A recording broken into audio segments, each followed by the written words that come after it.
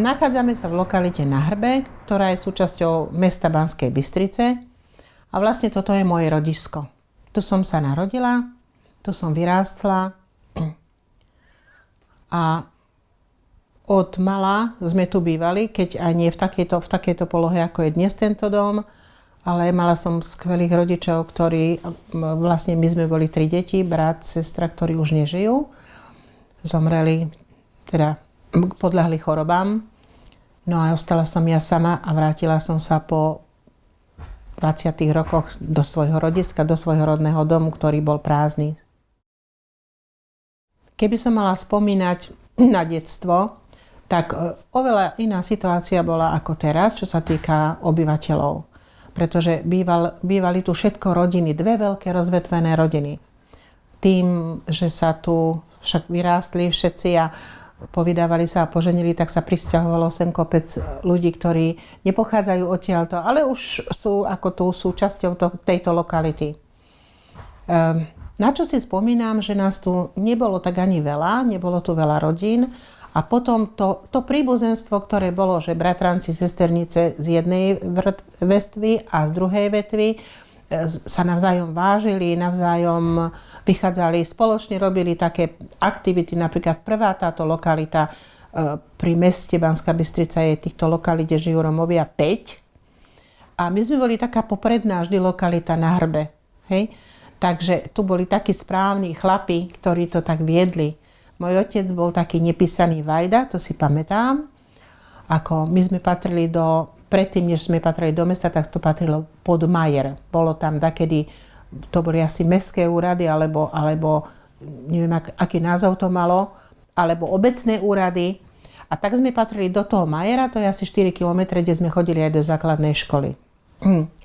A otec mal tak pod palcom tie prihlasovacie karty, ktoré som mu pomáhala ja už vypisovať ako žiačka, taká štvrtáčka asi som bola. Kto prišiel sem, tak musel sa každý prihlásiť cez tú kartu a on to potom na ten mestský alebo miestny úrad zaniesolo. A vždy mal za povinnosť to striehnúť, aby sa tu nikto na čierno vlastne nemohol nejako ubytovať, že on mal takú hranicu. On bol na to veľmi prísny a keď prišla aj nejaká rodina niekomu a chceli sa tu zdržať, tak hneď povedal nie, každý musí ísť tam, odkiaľ prišiel a tu len tu, ktorý si postaví dom a ktorý má zázemie a tu bude žiť. Tak vlastne to tak striehol. Malo to svoj význam, lebo tí ľudia boli popisní, vlastne títo obyvatelia, ktorí tu žijú, neromovia, mali k nám blízko, lebo nás poznali všetkých. Boli to bývalí spolužiaci našich rodičov a starých rodičov poznali a mali ich v úcte. Kdežto teraz títo ľudia, ktorí sem prišli neznámi, tak sa s týmito ľuďmi vôbec nepoznajú, lebo tu nevyrastali. Mali sme spolužiakov, ktorí sem chodili. Takže tá vzájomná úcta, tá tolerancia, ktorá teraz nie je, majorita Romovia, tak vtedy bola. A na to sa veľmi dobre pamätám, pretože tu boli aj muzikanti a vlastne títo muzikanti, otec bol tiež jeden z nich, ktorý tú kapelu viedol a oni vždy mali také prehrávky, hlavne v lete, vonku na dvore a táto lokalita bola taká uzavretá, boli také účko, boli staré domy na jednej strane a nové na druhej. Takže ani nás nebolo vidno z cesty a vlastne ten vnútorný život tých ľudí, ktorí tu boli, tak boli takí, nebolo to viditeľné, čo sa deje. Ale malo to svoje poriadky, svoje princípy. Vlastne keď oni cvičili, tak my deti sme mohli do určitého času, také do tých 12-13 rokov byť aj s tými dospelými a kde sa zabávalo, kde sa hrali tie pesničky, zároveň tá kapela sa cvičila, ale večer prichádzali z dediny ľudia, také manželské páry, ktorí keď počuli hudbu, lebo to bolo blízko, prišli sa zabávať s našimi ľuďmi a to boli tie vzťahy, ktoré sa utvárali, dotvárali, ako nebolo žiadnych predsudkov vtedy, že oni sa poznali, dôverne sa poznali. Ale my sme už deti nesmeli tam byť. Vlastne už to bolo pre tých dospelých. Takže toto bola taká jedna vec, čo už aj teraz chýba. Že sme od seba vzdialení a bývame pár metrov, neromovia a romovia a vlastne žiadna úcta. Naše deti sa nepoznajú, alebo naše vnúčky chodia inde do školy, oni vyrástli, prišli sem tiež noví ľudia aj medzi nimi a tá úcta sa nejak vytratila. Čo sa týka našej výchovy, tak možná, že sme mali my šťastie, ale mali sme určite šťastie, pretože aj moja mama pochádzala z 11 detí, otec asi z 10, už si presne nepamätám. A oni sa obidvaja vybrali takou vlastnou cestou, bez toho, že by ešte vedeli o tom, že budú niekedy manželia. Mamka ako dievča mi rozprávala, chodila niekoľko rokov do základnej školy, ale už chodili do mesta. A ona chodila žobrať, pretože boli chudobní, do evangelického kostola. Na faru. A tá pani, ktorá tam bola kuchárka, ona ju vlastne primela k tomu, že teda nie žobrať, ale že aby prišla po škole a že za tú hodinku môže tam vypomôcť buď drevko doniesť, alebo zemiaky ošúpať, lebo už bola taká väčšia, a že za to dostane chlebík.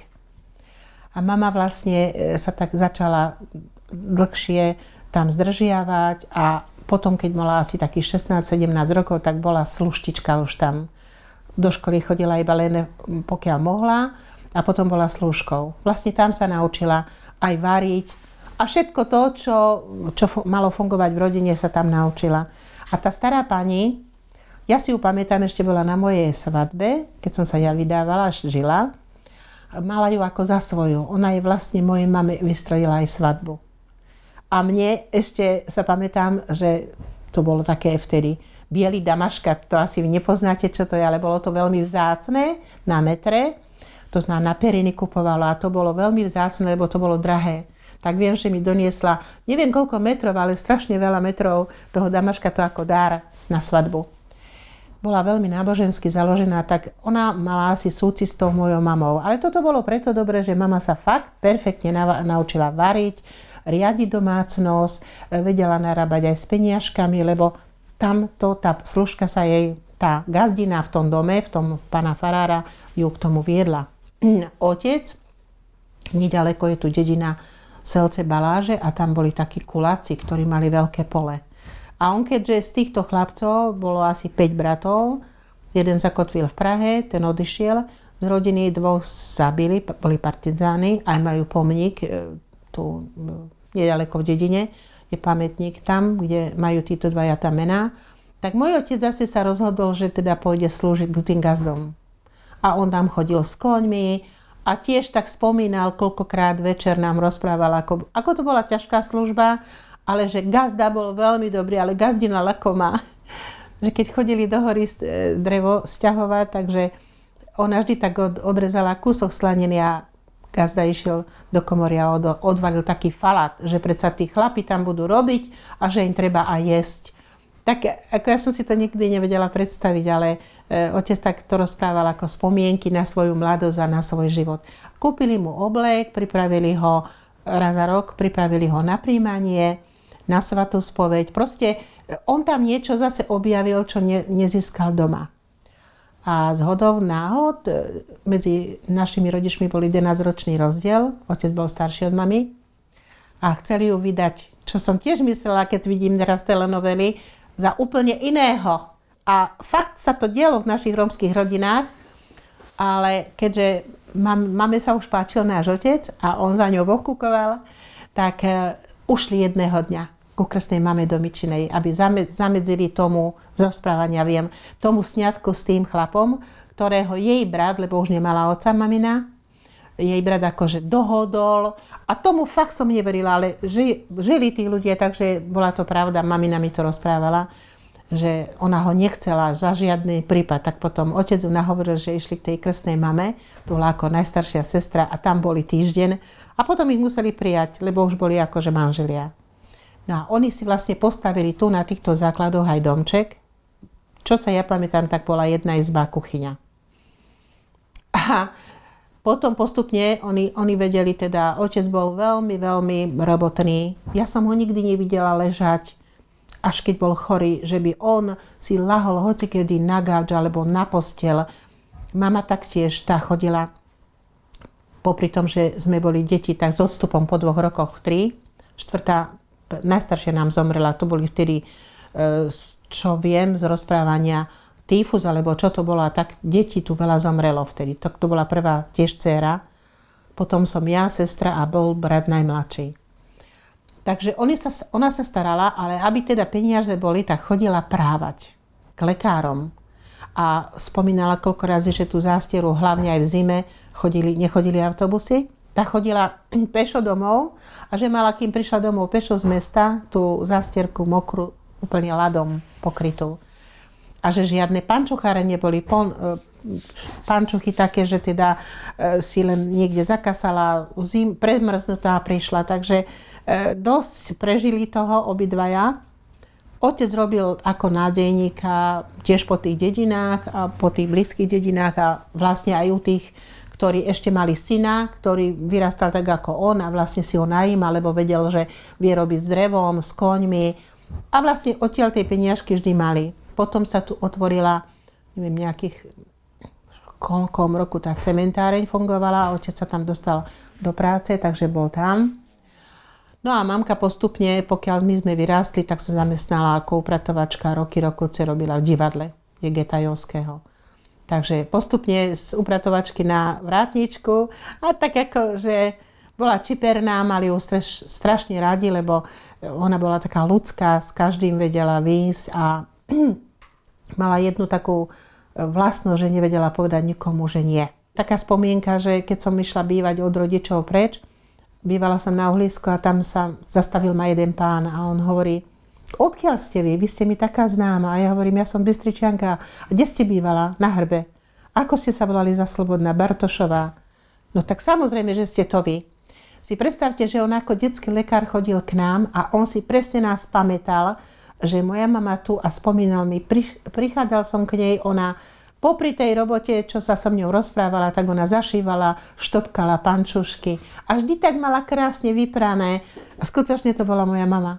Že to boli také, pre mňa také chvíle, kedy som to počúvala s takou radosťou, že tí moji rodičia, že som na nich hrdá, pyšná, že sami sa tak dostali z toho klbka von a že fungovali tak bez toho, že by im niekto, že by niečo čítali, že by niečo pozerali, ale mali to odkúkané, odvidené od tej majority a potom nabalovali tie svoje skúsenosti.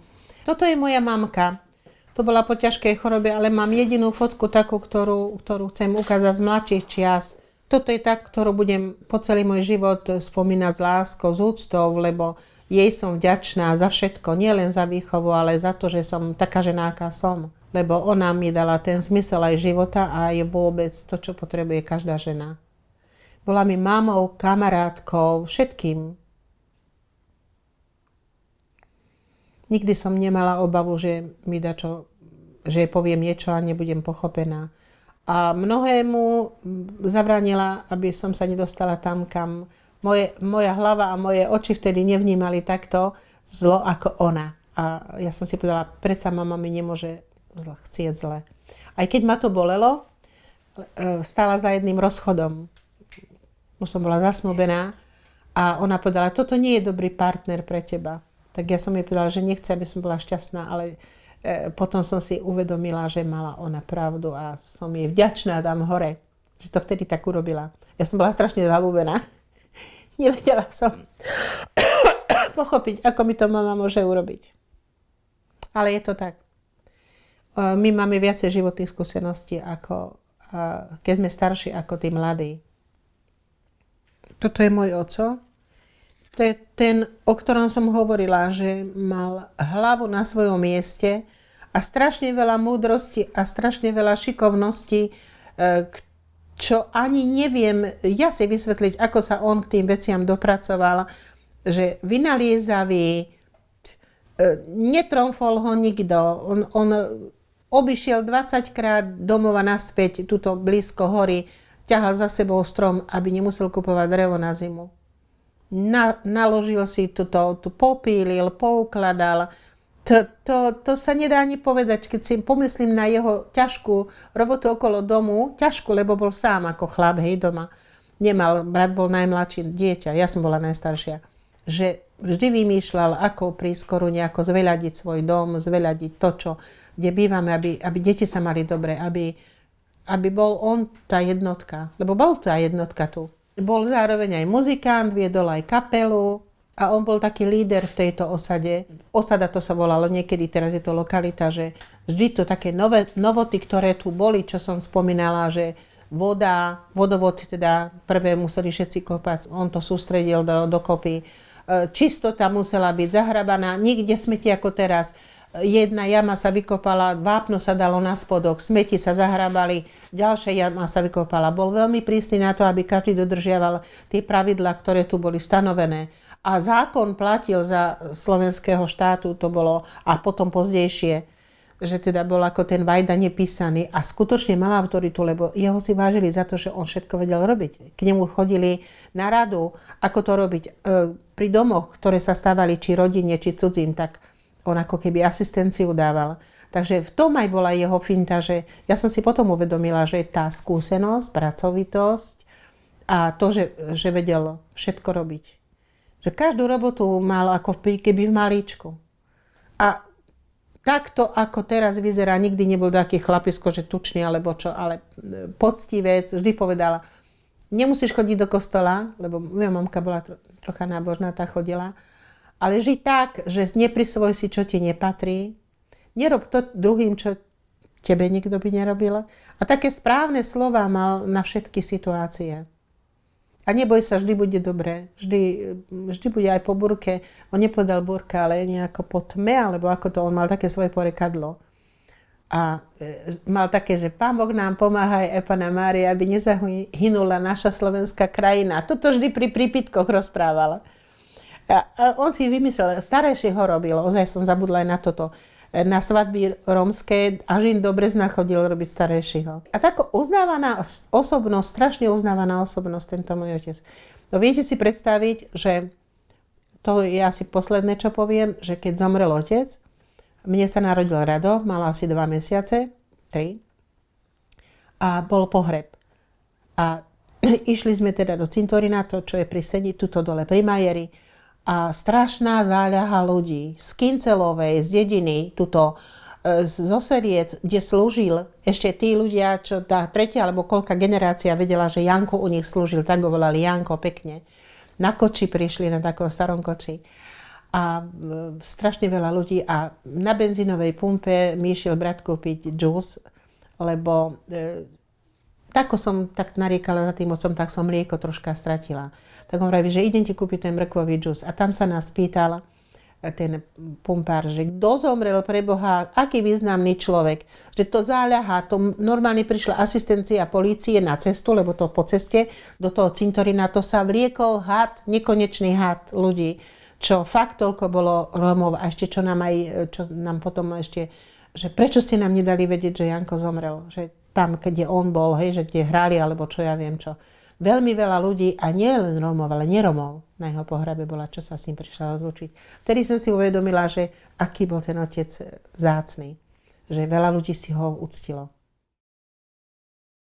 Z rozprávania viem, aj som pani Neboj Hiršmanovej, ona robila taký rozhovor s ľuďmi, ktorí boli počas vojny nejak týraní a bola teta, vtedy som sa veľa dozvedela.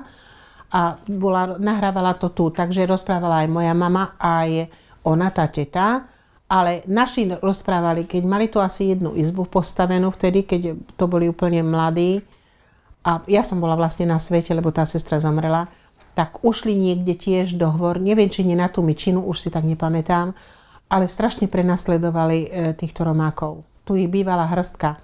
A tuto naproti nás bol taký dom Kováč, mal tam čo s koňmi, že podkúvali a vyhňu a tam chodil aj otec robiť. Tam bola tá nejaká jednotka SS-ákov ubytovaná. A že vďaka tej babe, tej staršej panej, že oni chceli, že všetkých pošlú niekde preč, alebo že ich skantria zo sveta, tak ona povedala, že nie, že my sme neškodní, že my nič nerobíme a že či pomáhajú partizánom. Nie, zastala sa veľmi. Takže dali pokoj. Ale potom prišli, že Rumuni, a to spomínali, a boli v dedine v Majeri, Rumuni a sídlili v nejakej škole, aj s Rusmi, a tí robili také večerné nájazdy sem. Lebo tu už bolo veľa dievčeniec takých napríklad ako moja mama, ale ona už mala muža, tak to netrúfli. Ale stará mama mala, otcová mama mala asi 3 dievčatá a moja stará mama mala 6 dievčeniec. Takže oni večer prišli na koňoch, to spomínajú ako veľmi ťažké to bolo. A darmo tieto dievčatá skovávali pod perinami. Oni ich vytiahli, čo boli také väčšie, zobrali ich na tých koňoch, odvepali ich do cintorína a zneužili. Dokonca jednu, tá už nežije tiež, tá už nemohla mať ani deti. Potom, keď videli, že sa to horší, lebo že oni robili tie najazdy každý večer, skoro, a doniesli aj pálenku a niektorí s nimi popíjali tí chlapi, čo tu boli, tí starší. A potom boli takí divokí, že už siahali aj po ženách, ktorí mali mužov, čo boli krajšie. Tak naši sa potom vybrali, že išli do tej Mičinej pešo, lebo odtiaľ to sa dalo krížom ísť. A ešte sa niekto k ním pridal, že lebo Molči tiež bývali Romáci, aj bývajú. A najprv bola tá Molča a potom oni išli do tej hornej Mičinej. A to bolo tak v hore, v lese, takže tam boli taký chránený kus. Tak spomínali, že po ceste stretli z Molče, že už aj tam našli tých Romákov, muža priviezaného o strome a ženu zneužitú, ale veľmi zničenú. Že neviem, či, už si na to presne nepamätám, či ju oni potom niekde odniesli, alebo či skončila dáko tragicky, že vravela, že asi 5. Tí vojaci ju znásilnili. Takže toto robili Rusi a tí Rumúni, to si na to pamätám. A oni majú tu aj v polcintoríne pamätníky, čo potom ich postrieľali, keď prišli Rusi, tak ich postrieľali. Takže to tak spomínali, že to bolo také silné. Potom toto, čo sa skovávali, čo teda, keď som bola malička, mala som asi pol roka, asi tak dáko, tak skovávali sa. Bolo to už obdobie zimy, tak som musela mať, keďže jún, júl, august, september, október, november, no, pol roka, 7 mesiacov, tak odišli, lebo mamin brat bol partizan a ušiel z vojny a mal prestrelenú ruku. To si dobre pamätám, pretože potom nemohol ani písať, mal tú ruku takto. A ešte jeden ušiel a s týmito všetkými ľuďmi išli na baláže cez hory. Tu tak za jednou takou cestou sa dá ísť prejsť. Išli sa skovať do tej dakej stodoly, ktorá tam slúžila ako seník alebo dačo také. Len z rozprávania viem. A boli tam 2 ženy, ktoré mali malé deti. Ale ja som bola vo vankúši a to druhé bolo väčšie. No a teda, že mali stade prechádzať Nemci, lebo išli z toho priechoda, kde v priechode, neviem, či ste to postrehli v telke, tam bolo ako veľmi, vypálili celú dedinu baláže. Ja som vraj plakala v tej stodole a mama ma nechcela vykrútiť, lebo bola zima. No a tí všetci naliehali, že tam ich bolo veľa, asi okolo 40, že buď zavrite jej ústa, alebo choďte ju dať jej zakopať, že kadejaké také názory padali, tvrdé a máme také slzy padali. Hovorím, a otec čo? No, otec povedal, že teda dačo spraví so mnou. No, ale ona mi to ani nechcela mama povedať, ale povedala potom v zlosti, raz keď sa s ním hádala, ty ho máš najradšej a on chcel ťa znieť zo sveta. Ale to som sa nikdy nedopatrala, že či ozaj ten otec bol rozhodnutý, že by ma boli niekde zahrabali, alebo či to bol len tlak, alebo či to mama tak zo zlosti povedala, lebo fakt ten otec ako so mňou stále. Ja som bola ako chlapec, on ma ku všetkému nútil robiť, aj toto keď sa nadstavovalo, tak som s ním deku viazala. S drotami som mala ruky krvavé. Aj murárov sme obsluhovali my 2, lebo mama chodila v sobotu do divadla. Takže najstaršia som bola, takže ja som ako, nebola miláčik, môže byť, ale taká akože jeho opora. Tak mi to vtedy povedala a potom mama sa teda zobrala. Na ruky mi povedala, že teda ona odíde od nich, že keď sa boja, že ich tu pobijú Nemci. A išla do tej dediny krížom cez dáku horu, prišla do prvého takého domu.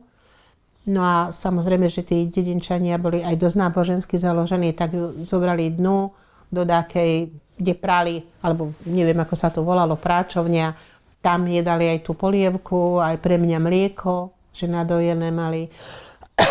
A bola tam asi 3 dní či 4, lebo potom to bol koniec fronty, 44. ročník. A vlastne tí Nemci ako utekali, tak ešte robili zlotu a skade ich Rusi vyháňali, tak, alebo už sovietská armáda, tak oni vlastne zanahávali za sebou spúšť. Tohto sa báli tí naši ľudia. A potom z tej dediny mama prišla sama pešo domov a že stretávala po ceste, ako išli ruské tanky a že jej hádzali kekse. že mace volala, ona to povedala, že mace, že to boli také veľké z krabice. No a prišla sem a bola tu prvá, kým oni prišli z tej hory, čo sa báli, nevedeli, že už teda môžu sa vrátiť. No a tak akože veľa vecí tá teta rozprávala, tiež o znásilneniach, ako utekali, že vlastne keď tu boli, že sa nevedeli obrániť od tých vojakov. Otec spomínal, ešte vidíte, toto som zabudla, že bol transport vojakov. Zobrali všetkých civilistov a mali ich niekde otrepať. Ale oni, keď už išli smerom na Zvolen a že sa šlo pomaly v zákrute, tak otec nahovoril aj svojho švagra, teda maminho brata, ten, čo bol proti tomu, že aby vyskočili z vlaku a ušli. A nikto sa z toho transportu nevrátil. Ale oni boli iba dvaja odtiaľto, lebo predtým tí jeho bratia dvaja tiež tak ušli z takého transportu a boli partizáni. Ale nedostalo sa, od nás tu nie, ale zo Sásovej do Kremničky, veľa teda zobrali, do Nemeckej, tam ich do Vápenky spálili, odtiaľ to nie. Len zo Sásovej, z Podlavíc, čo som robila, aj mám dať knihu o tom, lebo sme robili aj, teraz my sme mali holokaust v Láni cez našu aktivitu, ktorú robíme, ľudia z rodu Rómov, a čítali sme všetky mená, ktorí boli zavraždení. Neviem, okolo 10 nás čítalo po 10, takže 100. Všetky osobnosti, dokonca aj z obce, požiadali sme zo židovskej obce, z maďarskej obce, čo sú tu predstavitelia, a aj oni sa zúčastnili, primátor, Peter bol, a také osobnosti, Klára bola tiež a čítala. Mali sme zoznamy, najprv bolo také k tomu otvorenie, a potom sa kládla sviečka, lebo je pamätník tu pre Romov, takže kládli sa sviečky od toho pódia až tej cestičky tomu pamätníku. Bolo to pekné. Taká spomienka, že to čítanie tých ľudí. Ale veľmi veľa v Kremničke zahynulo, lebo som robila ešte pre katedru Juloma, tancož nebohy. Tým poveril, že aby som išla, že v Kremničke našli pochovaných a nevedeli ich identifikovať. To bolo tak, že na nerozoznanie. Len čo vedeli, že chýbajú ľudia. A nevedela som ani ja z tých fotiek výjsť, lebo neboli tam ani mená. To bol hromadný masový hrob a vtedy len vedeli, že sú Romovia, keď teda podľa tváre, podľa farby. A v tejto Vápenke dosť veľa ľudí zahynulo. Romov. Ale z nich odtiaľ to ani jeden. Len teda tí dvaja, keby neboli ušli, aj môj otec s tým švagrom, tak by sa dostali niekde do lágra. Keď som teda skončila základku, keďže som sa učila nie tak, ako som sa mala učiť, slabšia žiačka, no, nie, že by mi to nešlo, ale asi som neskoro zapla, tak ako tej trojky boli, takže, ale nemala som ambíciu z niekde, ale sen taký, možná môjho otca, že krajčírka budem, tak do Slovenky sa dostať za učnicu, to bolo vtedy ťažké v tých časoch, v 58. Takže som sa dostala. No a potom som vlastne po skončení tej školy normálne pracovala ako šička. A potom som išla na tú priemyslovku, keď ma tak otec hnal. Ja keď som išla do Slovenky za učnicu, teda v 58., tak on bol stále nespokojný. Ale veď chodať do takej večernej školy, prihlás sa, že prosto, aby som nešila, aby som niečo urobila so sebou. A vždy mi dávala za príklad aj toho brata v tej Prahe. Že vidíš, ako sa sám dostal kamsi a len so svojím úsilím. Tak neostávaj tam na tom, že teda budeš len tá šička. A tak on ma vlastne provokoval s tým, že som potom chodila na priemyslovku, dokončila som si priemyslovku a potom dlho nič, ale postupovala som tak, že som teda v Slovenke, kde som začala ako učnica, šila som odrobila 33 rokov tam a postupne som bola najprv manipulantka, teda výplatná, potom medzi tým majstrová, potom som sa dostala na PAM a odišla som už teda z administratívy na PAME, to práce a mzdy, normovačku som robila dlhé roky, tak som odišla potom na okresný úrad robiť. Pretože som okrem toho, že som teda robila a v 20-ke som sa vydávala, tak som aktívne robila aj v komisiách rôznych cez ONV. No a mala som teda blízko k tej tzv. Rómskej otázke, ktorá riešila za totalitného systému. To bol inštitút, ktorý bol na ministerstve práce a sociálnych vecí A boli tu sekretariáty pre rómsku problematiku. Ja som na ten sekretariát sa dostala už pracovať vtedy, keď som odišla zo Slovenky. A to na vyzvanie okresného úradu. Teda ONV vtedy bolo, že vedeli, že pracujem aj vo vládnom výbore, lebo dokonca tak som začala až najprv na okrese a potom to bolo na kraji, do krajskej komisii a z krajskej žijúci pán Farkaš ešte, ktorý bol štátnym tajomníkom tejto pozícii pre rómsku teda komisiu, tak ma navrhol do komisii, ktorá fungovala pri ministerstve práce a sociálnych vecí. No a keďže tam potrebovali pracovničku, ktorá odišla, alebo náhle zomrela na okrese, sedela na sekretariáte pre riešenie rómskych otázok, takže nominovali ma do tej funkcie. No ja som rozmýšľala dlho, pretože 33 rokov v Slovenke robiť od 14 rokov, bolo to také dosť pre mňa ťažké rozhodnúť sa, ale bývalý predseda ONV bol taký neúprosný, že on s riaditeľom dohodol, že tam musím prísť. On počul o mne strašne veľa, aj ma nepozná, že som energická žena, že si stojím za svojím a že veci dotiahnem. No a že by som sa mu prišla predstaviť. Takže ja som išla s takou malou dušičkou a keď som videla pred sebou chlapa, taký 2-metrový, tak on povedal, kedy môžete nastúpiť? Chceme vás tu. Ja som počula vás, že si nedáte brnkať po nose a takto začal hovoriť nejaké veci. A hovorím, no ja nemôžem odísť zo dňa na deň. Musíte mi dať aspoň mesiac, aby som zanechala za sebou čistý stôl. Tak povedal, tak to sa mi páči, že ste sa takto rozhodla, že si vážite aj tú bývalú robotu. No a vlastne som potom išla robiť na okres. Robila som v tej pozícii tej štátnej tajomničky pre riešenie rómskej problematiky a vtedy sme boli spojení Bystrica aj s Breznom. To bol vtedy okres. Takže mala som pracovničku v Brezne, mala som pracovničku na Horehroní na Šumiaci a v Telgarte. To bola jedna a v Bystrici jednu. No samozrejme, že tieto dievčatá a ženy ma neprijali s veľkým natešením, lebo si plánovali, že pôjde niektorá z nich do tej funkcie. Zhostila som sa, myslím si, celkom dobre, pretože ja som mala tie prvé informácie, keď sme zasadali, vedela som, čo sa tam robí na štátnej pozícii a počula som, nie že som tam sedela, že som počúvala, čo sa tam rozpráva, pretože v tej komisii nebolo to zlé, len podľa môjho názoru veľa vecí dobrých, čo sa tam vtedy udialo, školská dochádzka, zamestnanie, boli tam zastúpení štátni tajomníci z každého rezortu, z ministerstva práce, z ministerstva zdravotníctva a oni skladali účty tomu štátnemu tajomníkovi, čo oni urobili v tom.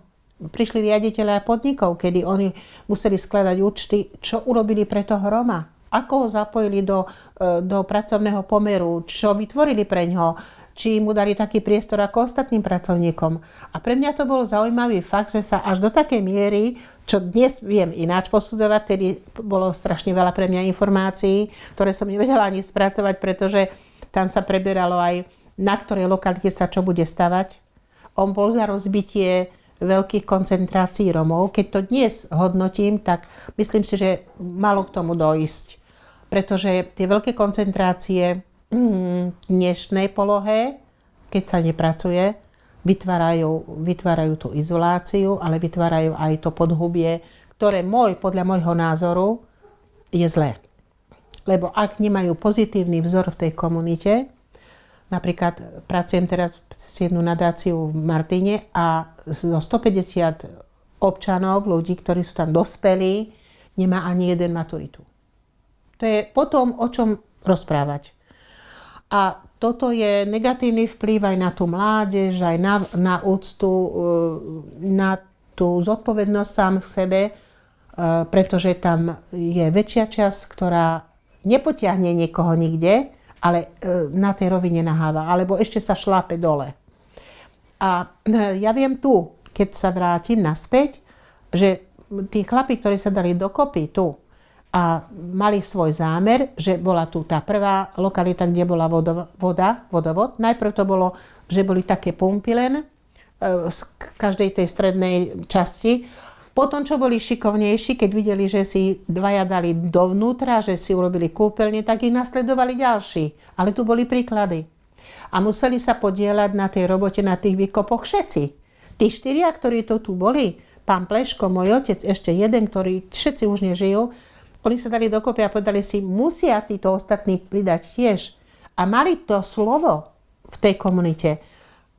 Rozhlas po drôte. Do každého domu sa zaviedol, aj keď to bola chatrč. Lebo ešte vtedy nebolo tak, že by si mohol každý kúpiť rádio. A keď to spätne premietnem teraz, takže keby takých pozitívnych vodcov bolo viac v lokalite, kde sa zamedzí tomu, že budú trvať na tom, že deti musia chodiť do školy. My sme chodili pešo do Majera. Keď pôjdete autom, tak si všimnite, koľko je do toho Majera. A zimy boli nie také, ako sú teraz. A nemali sme ani kapce, ani čižmy.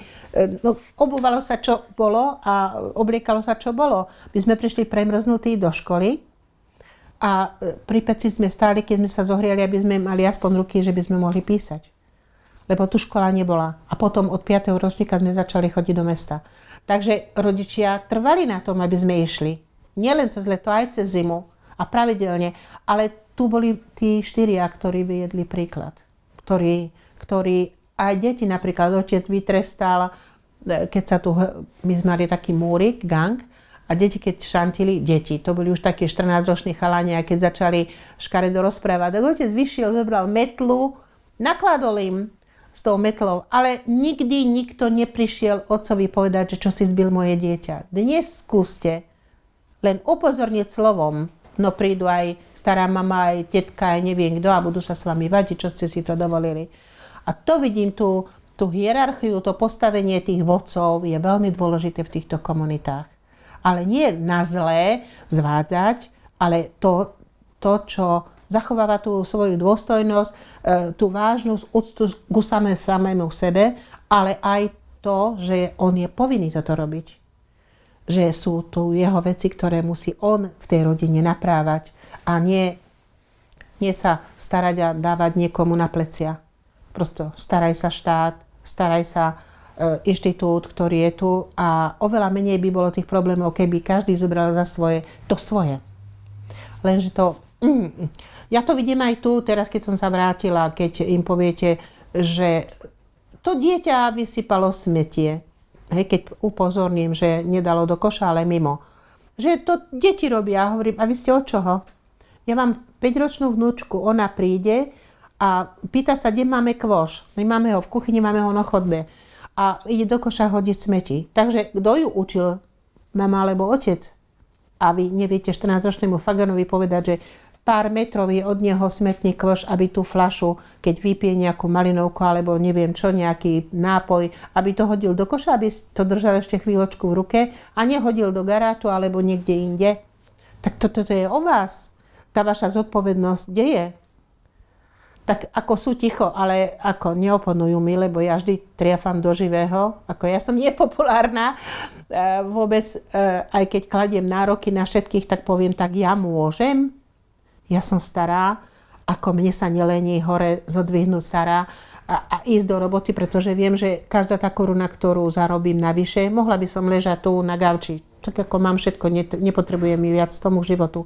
Ale vidím, že moju pomoc ešte je treba a vlastne, keď sa mi naskytla príležitosť, tak idem do tej roboty, vstanem, aj keď ma tie nohy bolia.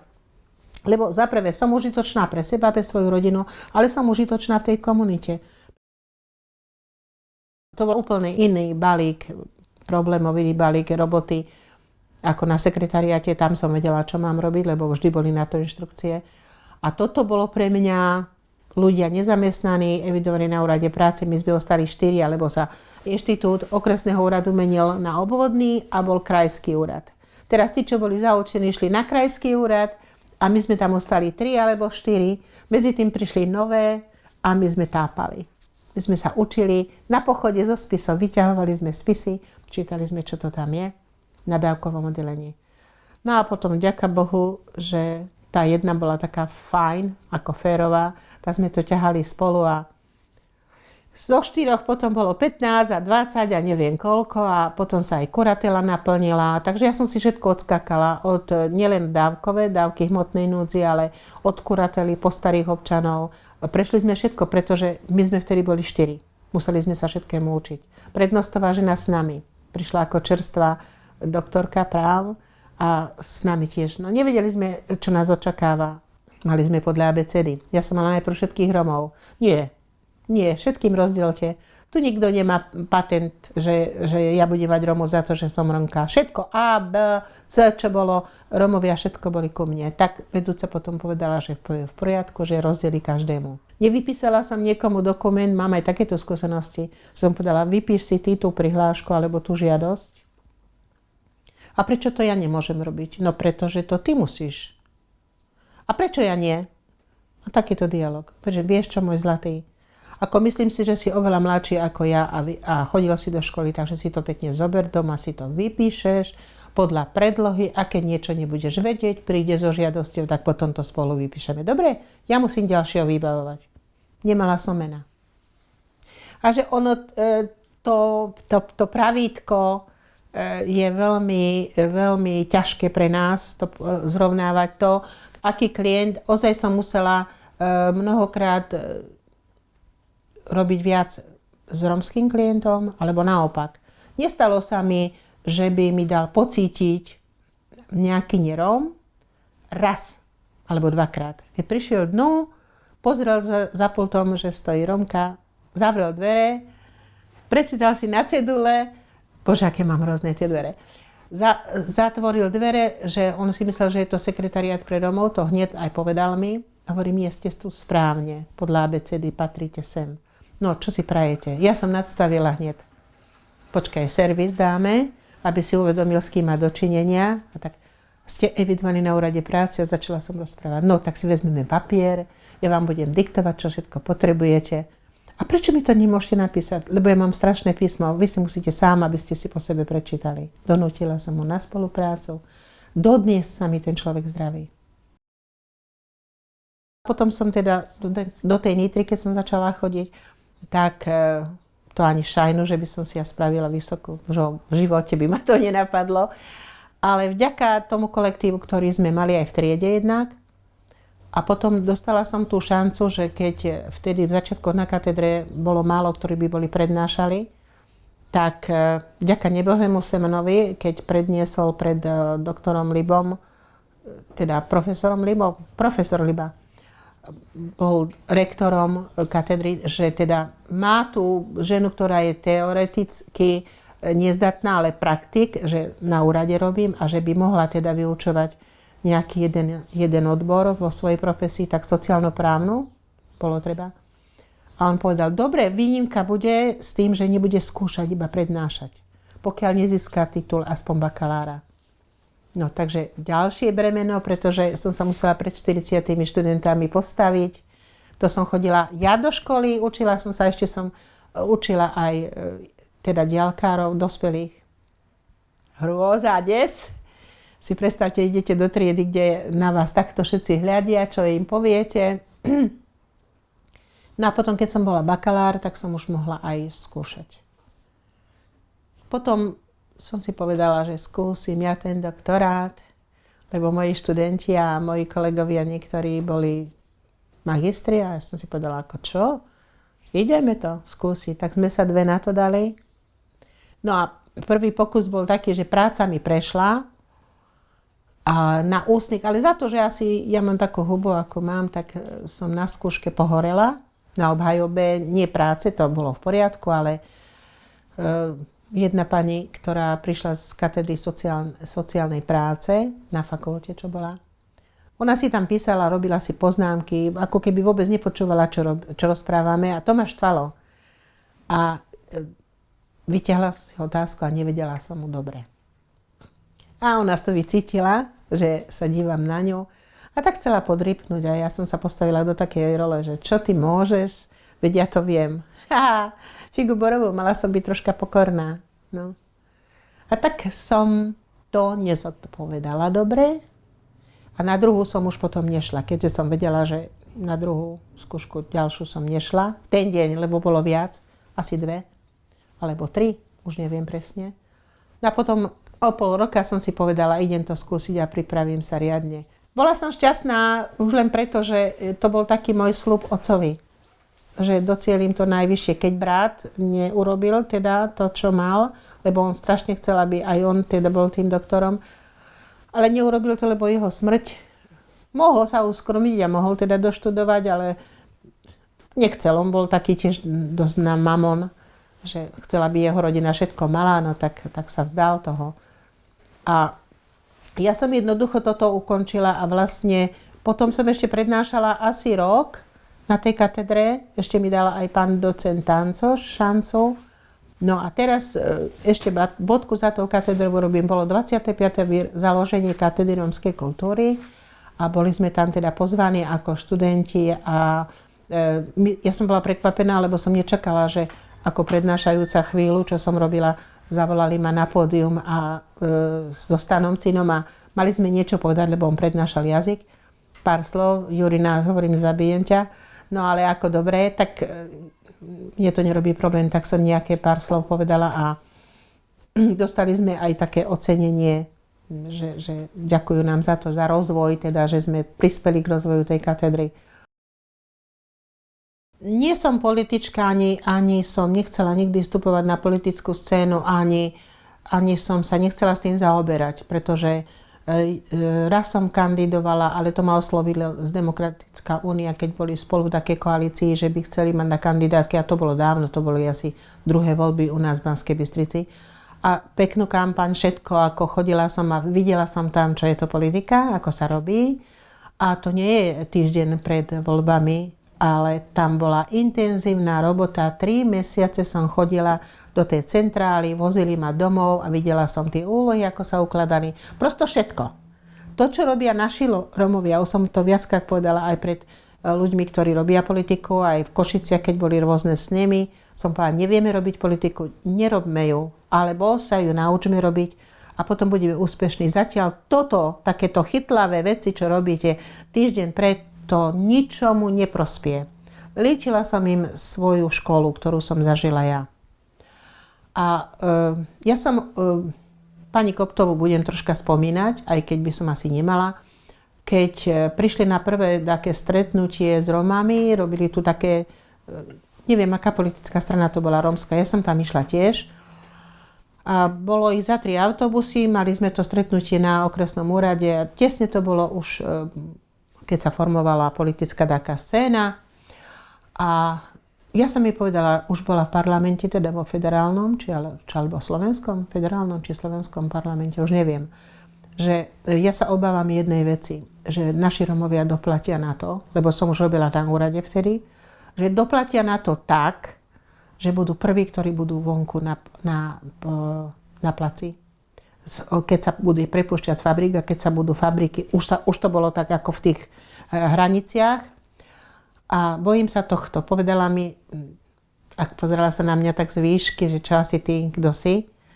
A ja som jej nepovedala, kto som, čo som, ale som povedala, že mám takú obavu, že či by ma nevyviedla z toho omylu, že či sa nemýlim. Ona mi povedala, že viete, to je široká debata, ako to nemôžete takto hovoriť. A hovorím, a kto im bude garantovať toto, že oni nepôjdu prví? Lebo sú všetko robotnícke profesie. A ja mám obavu silnú, že pôjdu prvý von. Aj sa stalo. Nemocnica všetky Rómky prepustila. Tam pracovalo 60 žien. Sestričky začali pracovať ako upratovačky popri svojom plate. Každý si chránil svoju kožu, ale prvé šli ženy von. A všade sa to začalo. Fabriky sa začali rozpúšťať a vlastne fakt boli na prvý na vonku na dlažbe. Toto nikto nepredpokladal, nikto s tým nepočítal. Ale ani nie len Rómovia, ale vôbec ako taký štát. Ako oni teraz povedia, že naši politici, že my sme nepripravení na vstup na pracovné miesta. Ale ja viem z môjho poznania na úrade, že bolo x ľudí, ktorí boli len robotníci. V Slovenke bolo 5000 zamestnancov a to boli všetky robotnícke profesie. V tom není kameň úrazu, že sa nevieme zamestnať, lebo nie všetci len môžu byť lekári, nie všetci môžu byť podnikatelia, nie všetci môžu byť učitelia a neviem čo. Je pravda, že je málo tých našich ľudí na tej vzdelanostnej úrovni, ale keď by toto len mala byť otázka, že nie sme zamestnávateľní, takže čo mi tu hovoria? Veď hovorím, Slovenka mala 5000 zamestnancov, všetky profesie boli len robotnícke, šička, farbiar a to boli všetko profesie, ktoré sa dali naučiť. A robili tam aj naši Romáci. A kde sa podeli tí ľudia? Ale toto je to, že fabriky rozkradli, rozpredali. Veď Bystrica, Tesla, Slovenka, mamutie podniky, Fatra, čo ja viem, pozemné stavby, kde kopec našich Romov robilo, stavoindustria, to nič není. Kam majú ísť tí ľudia? Ja stále viem, že koľko ľudí je na úrade práce evidovaných nielen Romov, ale aj bielých, ktorý mal profesiu robotník. A za čo sa skovávajú? Toto je taká pštrosia politika. Trocha zabúdam, pretože nemám s kým. Ja som rozprávala s mamou, môj muž pozabúdal veľa a ja som neverila tomu, že sa dá zabudnúť, ale keď nemáte kontakt, tak zabudnete pomaličky.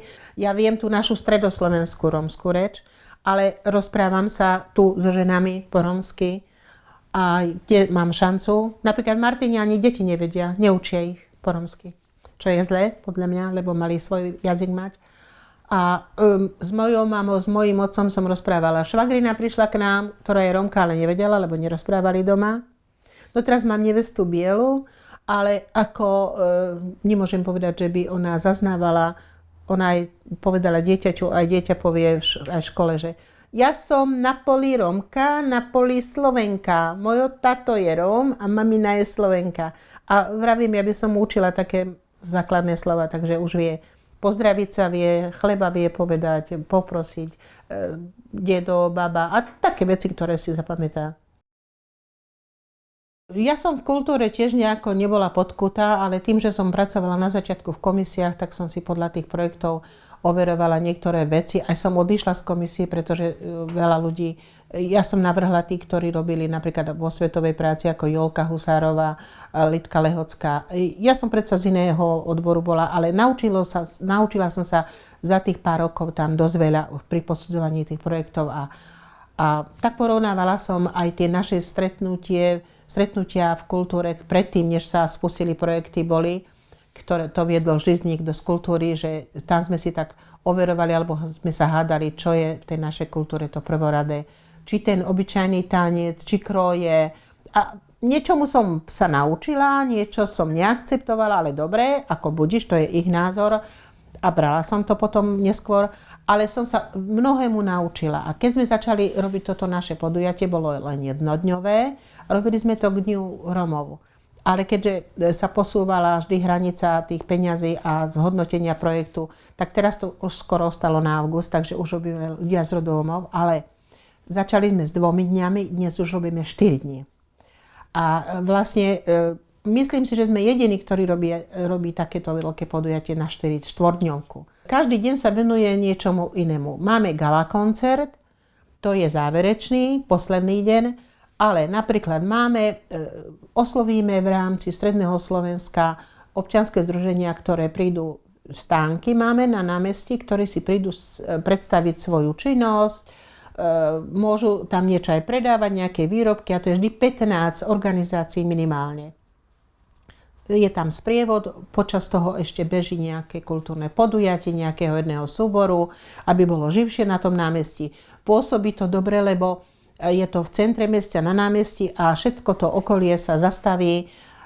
Čo je troška zlé, lebo vtedy, keď to bolo v apríli, tak chodili aj deti sa pozerať zo škôl. Keď je v auguste sú prázdniny, tak tých detí je menej a oni sa zaujímali o to, napríklad pozerali fotky z táborov alebo rôzne výrobky a toto mi chýba.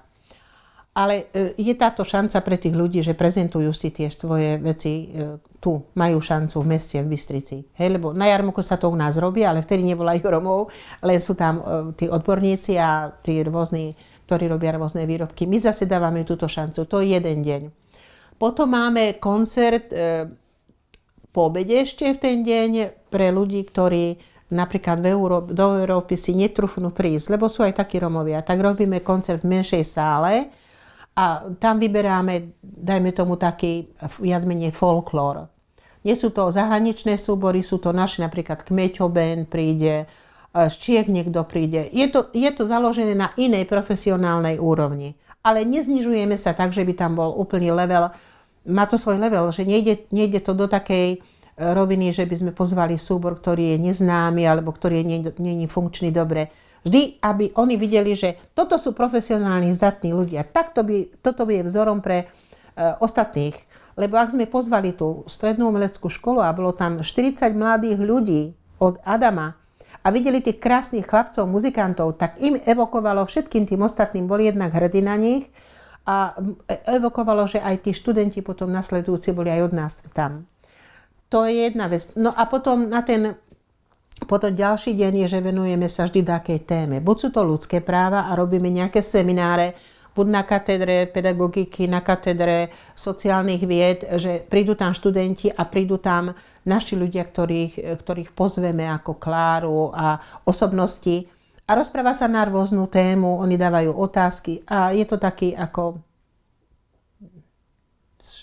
No, chytro mi nepríde na rozum teraz. Také nie ako prednáška, ale vlastne taká výmena skúsenosti a vlastne potom sa to podnietia aj tých študentov, lebo nie je to pripravené so študentami dopredu. Ale tým, že oni tam otvorí sa téma, buď to ľudské práva, alebo akýkoľvek o Romoch informácie, tak oni znova to otvoria. Tak toto semináre.